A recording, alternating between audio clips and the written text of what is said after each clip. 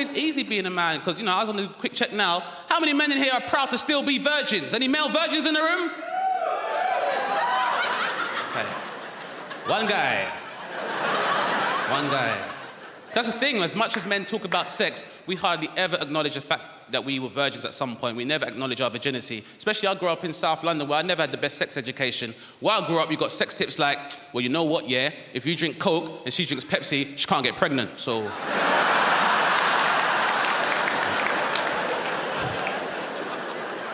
It's not helpful. I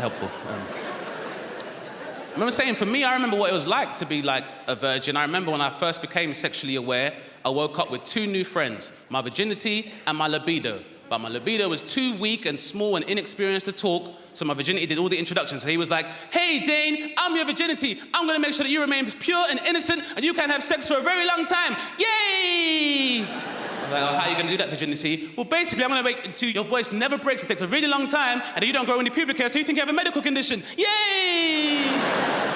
Which obviously made it very difficult for me to speak to girls, because I'd be with a girl and be like, hey, Simone, I really like you. She'd be like, oh, I like you too, Dane. Maybe we should take this to the next level. And then my virginity would be like, he does like you, Simone, but he likes PlayStation and FIFA and comic books and milkshakes and purity. Yay! Which was tough, and then my parents would get involved, and my mum would say stuff like, Dane, your virginity keeps destroying your socks. I'm not gonna buy you any more until you get it under control. And then my virginity would chime in and be like, he's just exploring himself, and sex by himself is the safest way to have it. Yay! And that was the early part of my teenage years, until finally my libido got big enough and strong enough to approach me too. And he came up to me one day too and was like, hey, Dane, can I speak to you for a second, please? What's this about, libido?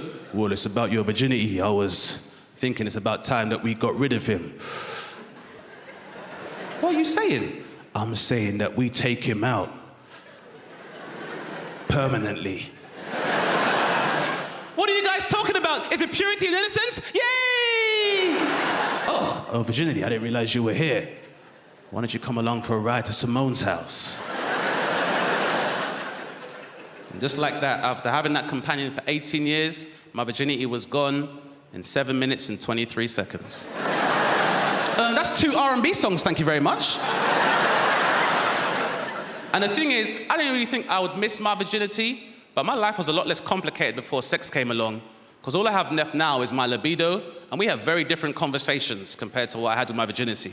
Because I'll be out with my libido on a weekend, and he'll be like, hey, Dane, you see that girl in the dress over there? And I'll be like, yeah, she must be cold, it is November. What the fuck did you just say? No, yeah, I see her. Oh, boobies, blah, blah, blah. Because that's the thing, once like your libido awakens, then it takes over your body as a man and becomes the CEO of your manhood. And it's backed by the major shareholders, the Bulls brothers. Some very heartless capitalists down there. No, because it's tough, because despite having the best moral intentions, you've always got stakeholders with their own agenda. Because I'll come to them with very noble proposals, like I'll be like, hey guys, I'm thinking about maybe giving part of myself to somebody, getting out of the game, settling down, and raising a family. And they'll say, well, Dane, thank you for coming to the meeting. While we understand your need for paternity leave, there are still markets in Asia you have yet to exploit.